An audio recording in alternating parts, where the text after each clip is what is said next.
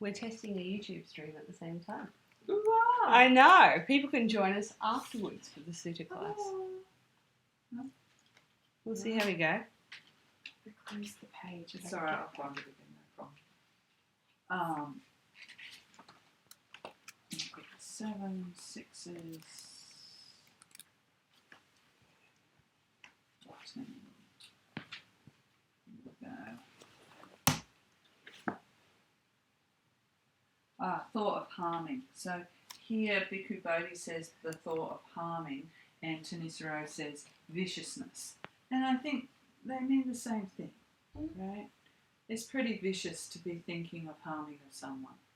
Although I must say viciousness does sound stronger, doesn't it? Yes. Thought of harming sounds a little bit watered down. More all-encompassing though. Like viciousness might sound like I intend to attack someone, but harm might sound like I wish them ill will. So harm sounds maybe more encompassing. Yeah.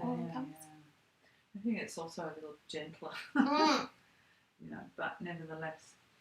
So what I understand this paragraph to be saying is that it's not possible for viciousness or thoughts of harming to overwhelm the mind if compassion has been developed, pursued, handed the reins, taken as basis, given a grounding, steadied, consolidated and well undertaken by me as my awareness release. What is Bhikkhu Bodhi says, cultivated the liberation of the mind by compassion, made it my vehicle and basis, carried it out, consolidated it, and properly undertaken it. So, made it my vehicle is here, I think, handed the reins. I think I like handed the reins. Yeah.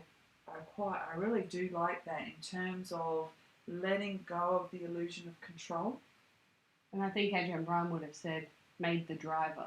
In his updated translations he's doing, he would have said, he loves this Google car simile of the driverless car. Yes. Yeah.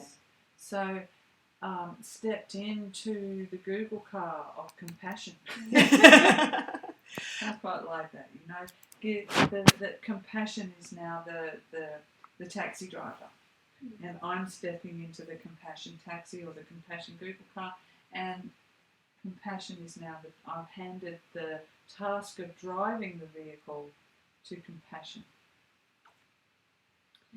And that's I really like that. So if I have in fact this vehicle, the vehicle being this psychophysical phenomena that I call me, this body-mind process, if I've handed over control to compassion, if I've handed over control, or at least the illusion of control, to loving kindness, compassion, and gone, okay, let that be the driving force, let that be the impetus, let that set the direction.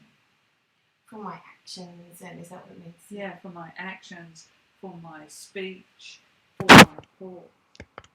So let all my thoughts be driven by compassion. Let all my words be driven by compassion. Let all my actions be driven by compassion. That really is handing over the reins, isn't it? Handing over the steering wheel to compassion, and letting that drive my life forward.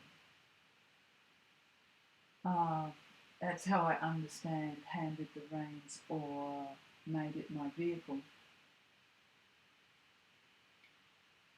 Which really speaks to a different kind of life, doesn't it, than a life where ego has the reins, where we've handed over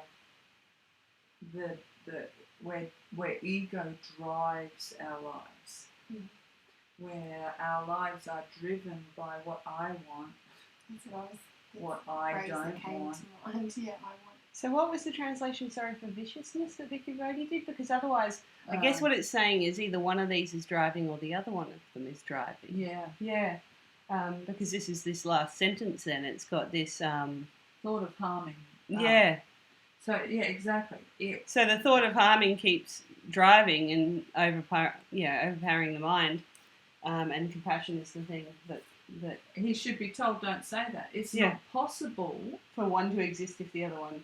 for them both to be driving at once. Yeah. Right? So it's not possible to hand the reins to compassion and then viciousness come in and take over. Right? So really, only one or the other can be driving at any one time. You can only have one driver. There is only one driving seat.